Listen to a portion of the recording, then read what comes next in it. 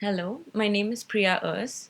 In this module titled Constitutions and Constitutionalism, I'm going to briefly introduce the concept of constitutionalism in constitutional law and some of the discussions and debates that have taken place around it. To begin with, I would like to briefly outline the learning outcomes of this module in the form of some important questions that will help understand what constitutionalism is about and how this concept has and continues to evolve over time. The first question that I consider is, what purposes is a constitution intended to serve? This is important because it provides the context in which constitutionalism developed and the need for constitutionalism as a tool in the drafting and interpretation of constitutions. The second and related question is, what features must a constitution include in order to fulfill these objectives? The third is looking more specifically at constitutionalism as an idea or a concept, and the difficulties in defining this concept. The next question is, how does constitutionalism influence the drafting, implementation, and interpretation of constitutions? Next, I look at what is the dominant discourse in constitutionalism today. So here I discuss the development of liberal or modern constitutionalism and some of the features that have come to be associated with this theory of constitutionalism. And finally, I look at the limitations of liberal modern constitutionalism and how these have been remedied by alternate theories of constitutionalism. Looking at the first question that I posed, what is the purpose that a constitution is intended to serve? Now, we already know that a constitution serves many purposes, but the primary purpose, I would say, is that it defines the scope of government power and it establishes the institutions that are intended to exercise this power. It also encapsulates the ideology of a particular society and also its values and principles.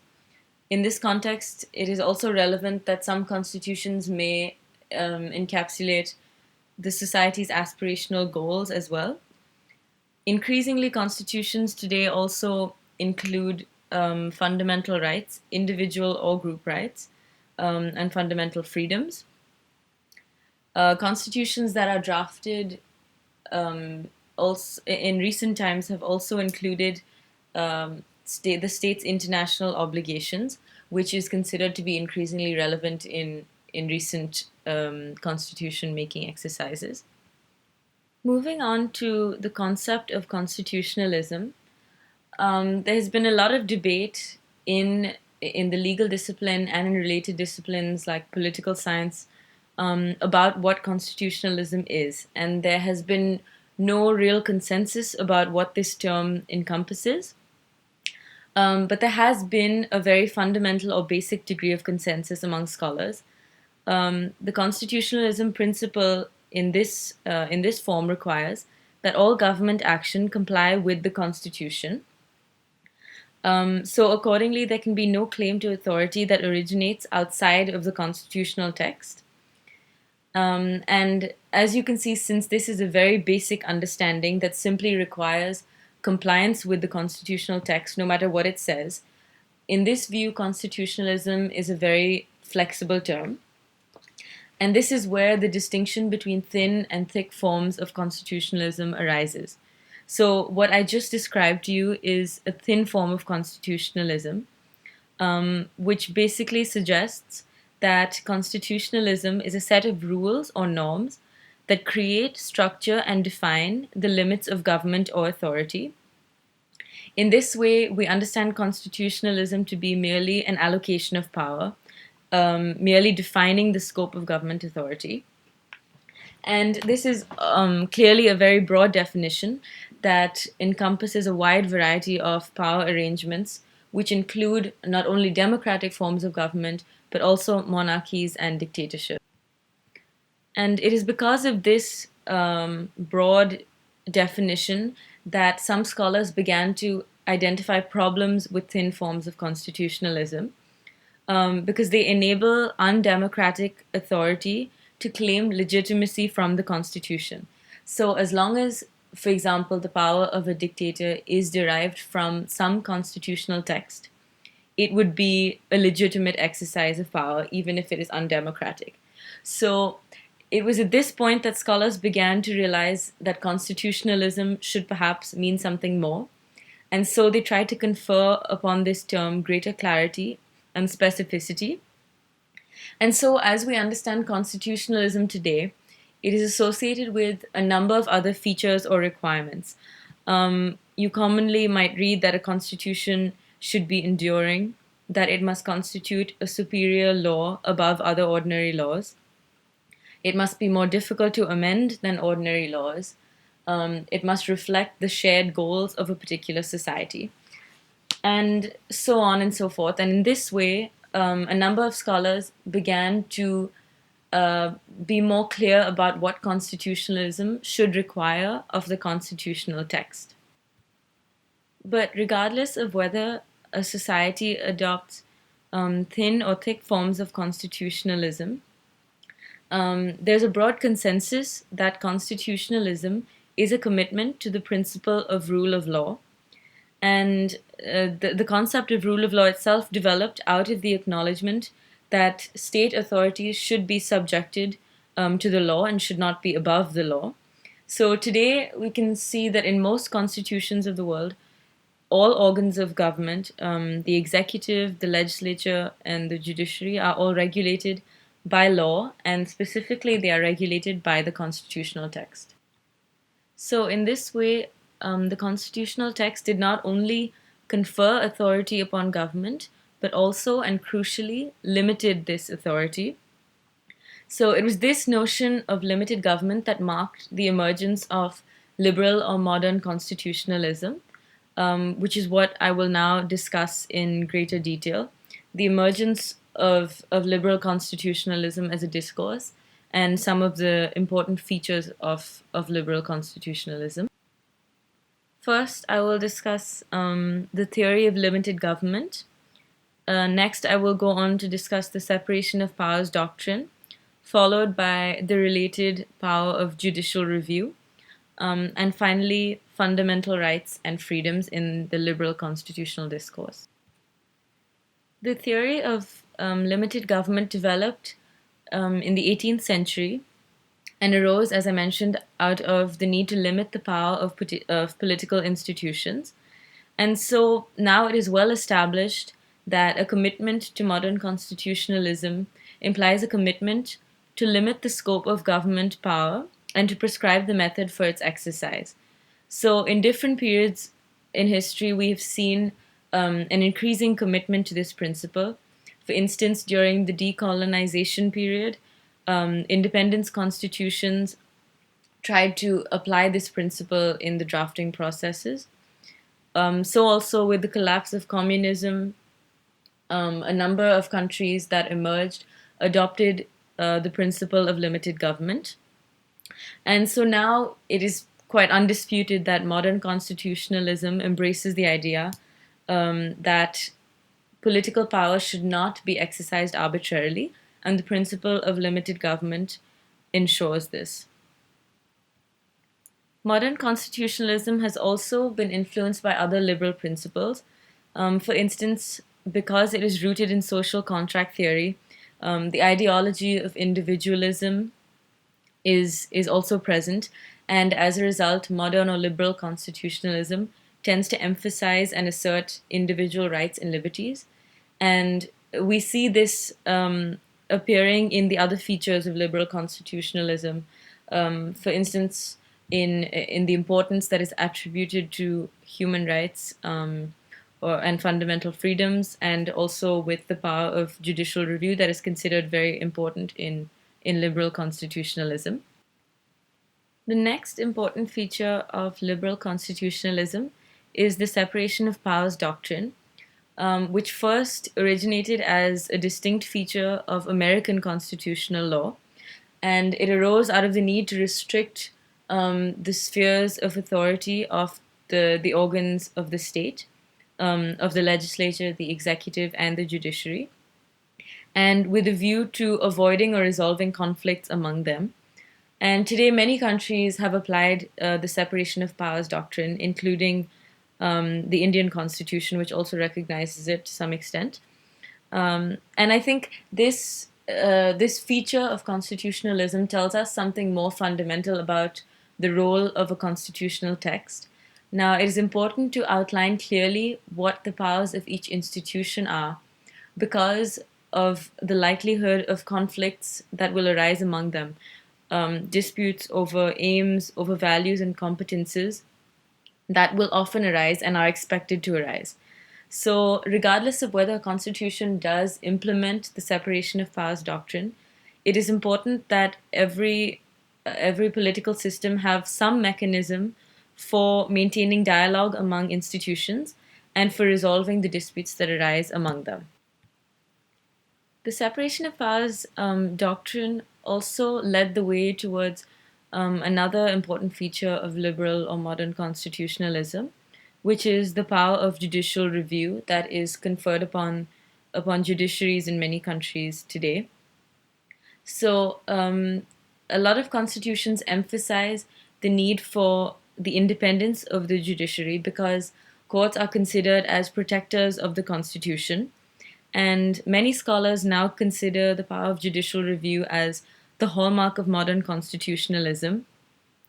And as you can see in many countries, for instance, in Germany or in South Africa, there are powerful constitutional courts that protect integral constitutional values.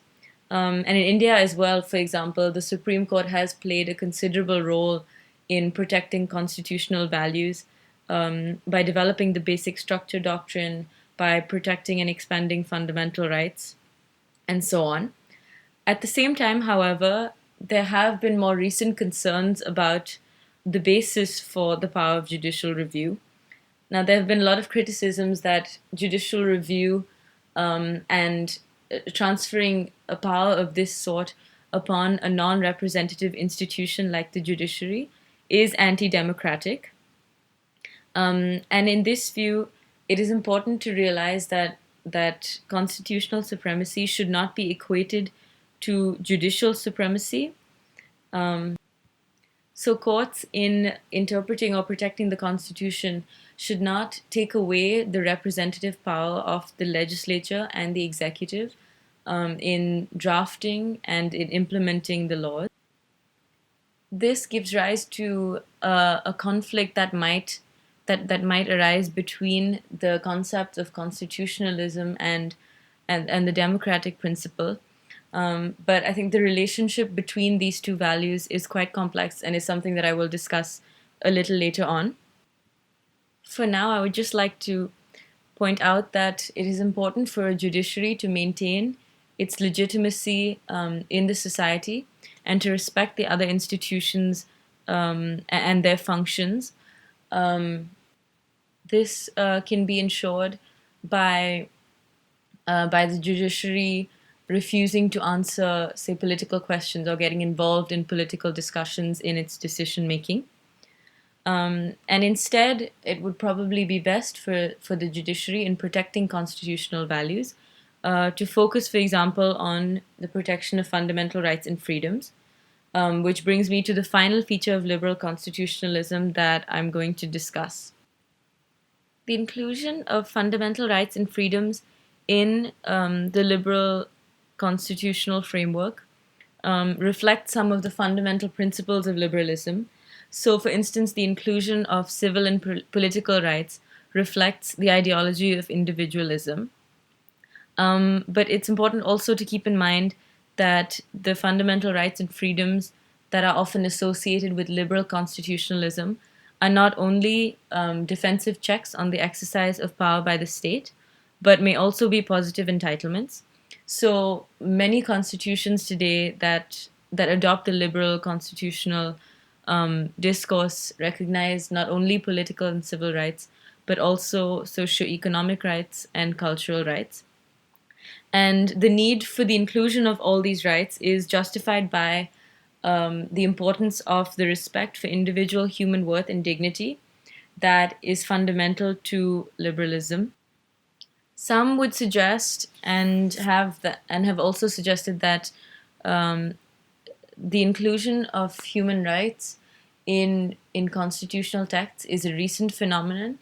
I wouldn't say that this is entirely accurate because the inclusion of fundamental rights and freedoms in constitutions is certainly not new, and I think the US Constitution is a perfect example of that. But at the same time, there has been a trend towards including more and more rights within the constitutional texts. In pluralistic or multi-ethnic or multi-religious societies especially, there has increasingly been a recognition of minority rights or group rights. And again, the conferment and recognition of these rights might sometimes come into conflict with the principle of majority rule or the democracy principle. And this now brings me to the next section of my presentation, in which I discuss the relationship between constitutionalism and competing values. And as I already mentioned before, there seems to be an inherent conflict between the concept of constitutionalism and the principle of democracy rule or majority rule. So now I will just briefly discuss some of the aspects of this conflict and whether in fact it can be resolved. So what makes constitutionalism problematic is that it commits itself to constitutional values beyond the reach of a majority decision. And the question really is whether this undermines the liberal assumption that the exercise of popular sovereignty in creating the constitution is then limited by it, and whether this should be permitted. And I think in order to resolve this conflict, it is important to recognize that democracy is only one among many values that need to be balanced out in a constitutional framework. And this is important to recognize because democracy is a principle that can easily be manipulated. For instance, it can be manipulated to create less democratic forms of power. And it can also be manipulated to simply disregard other constitutional values. So, in this sense, democracy means a lot more than merely majority rule. And in this way, it should be qualified by the rule of law or by constitutionalism. And so we can balance out these two principles. The need to restrict the power of the majority thus arises out of a commitment that is made that certain fundamental values need to be preserved against majority decision making. And this is useful in many ways. So, first, for instance, the majority may simply disregard fundamental rights and freedoms in order to accomplish collective goals. And so, it is important to entrench fundamental rights and freedoms in the constitutional text in order to prevent the derogation of these rights. A second important aspect is that constitutions, particularly in pluralistic societies, often recognize and entrench the rights of minorities to protect minority interests against the decisions of the majority. And as you can see in many different examples, this is often made as an important political compromise at the time in which the constitution is drafted or when the state comes into existence. And so, in multi ethnic states, in order to maintain political and also social stability, the protection of minority rights against democratic or majority decision making is often very crucial.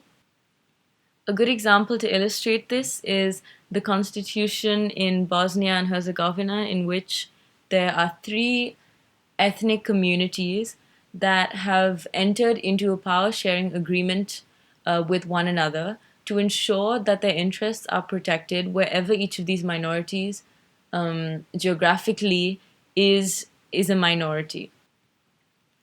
A third important reason why the democratic principle should be limited is because a democratically elected legislature should be prevented from reallocating power to its own benefit by enacting a law and by exercising a majority vote. So, in this way, a constitution can clearly provide for the divisions of power between different organs, different branches or levels of government, including even local institutions. And in this way, it can prevent parliament or legislature from reallocating this power in a less democratic way.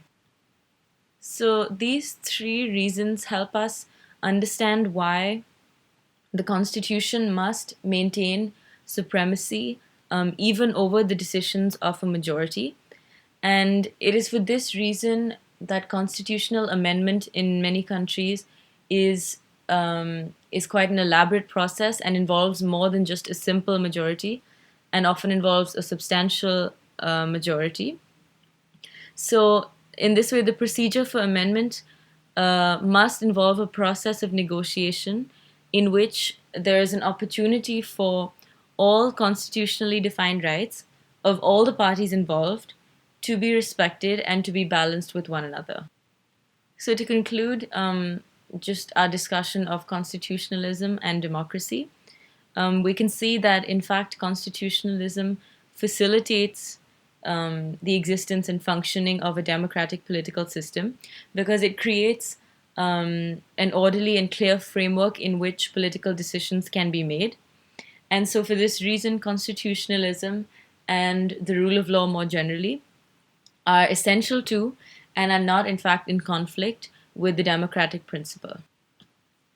Moving now to the last part of my presentation, I would like to talk about some changing ideas of constitutionalism and some of the scholarship that sort of challenges liberal or modern constitutionalism and identifies its limitations.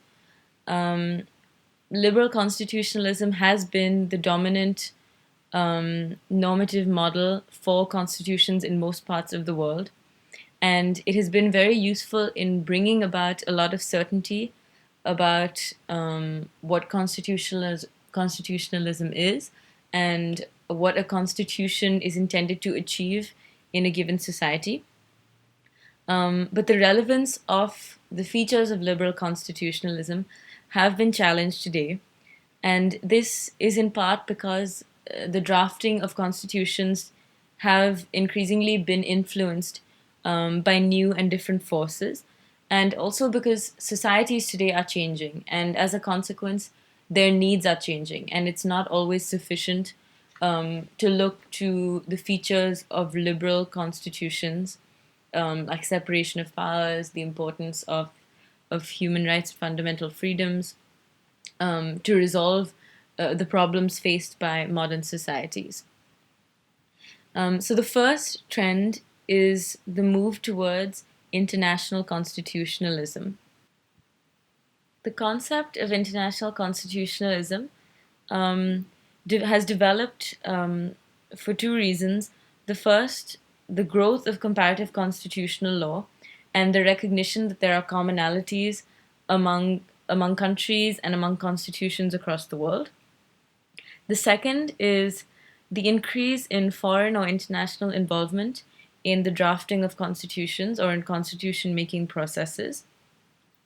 So, the development of universally accepted norms has resulted in the globalization of modern constitutionalism.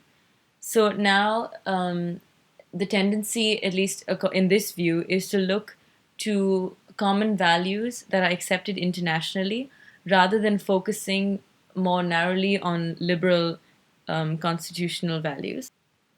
This seems to challenge the traditional understanding of a constitution as emerging from the specific context, history, and political traditions of a particular society.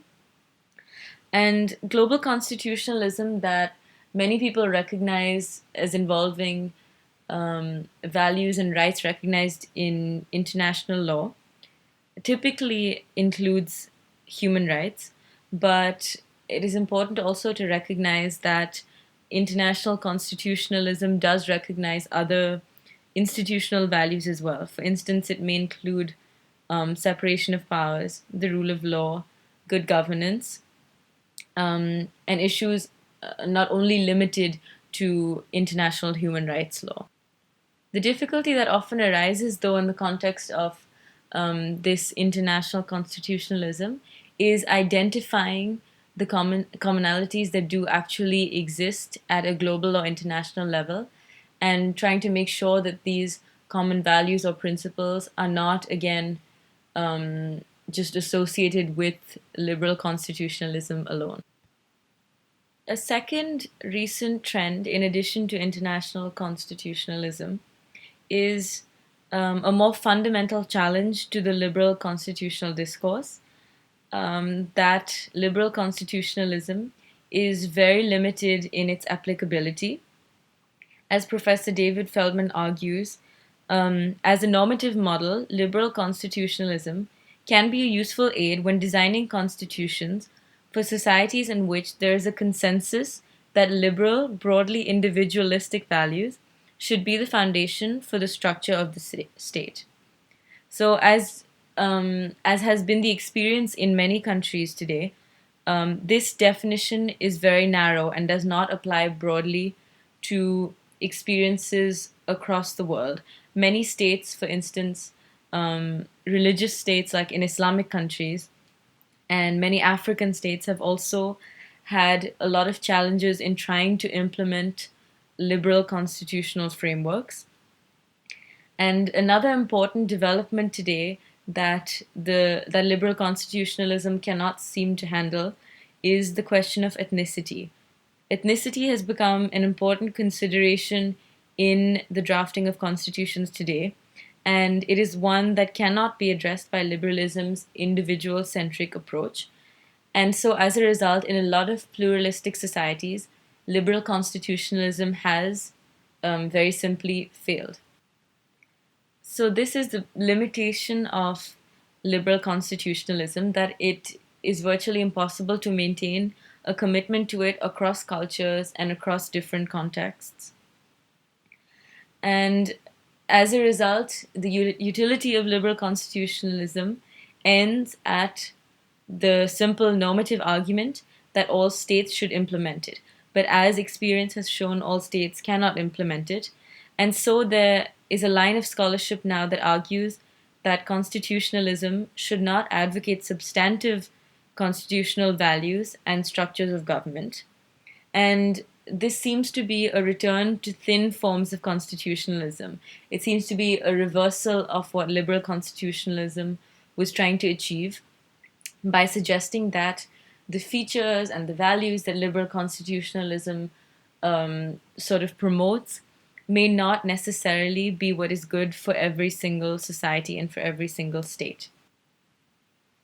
In order to address the deficiencies of liberal constitutionalism, these challenges seem to, in moving towards thin forms of constitutionalism again, these views suggest that constitutionalism should instead focus on mediating and resolving disputes, not only among institutions but also within them. And so, by focusing on the need to manage conflict within a constitutional framework, this idea of constitutionalism requires that institutions should justify their decisions and their actions in accordance with the Constitution. And by making this commitment, institutions are better able to resolve disputes among themselves. And I think it's important to note that these broad goals are also the same goals that were tried to that liberal constitutionalism tried to address and has addressed in more specific ways. But I think experience has taught us that these individual centric principles cannot necessarily work in every social and political context. This brings me to the end of my presentation. I hope it has been a useful introduction and that it will help understanding the broader context of the other more specific modules that will follow. In the written module, I have also included some further readings that might be helpful in understanding constitutionalism better and in discussing constitutionalism in the context of specific countries or specific traditions. Thank you.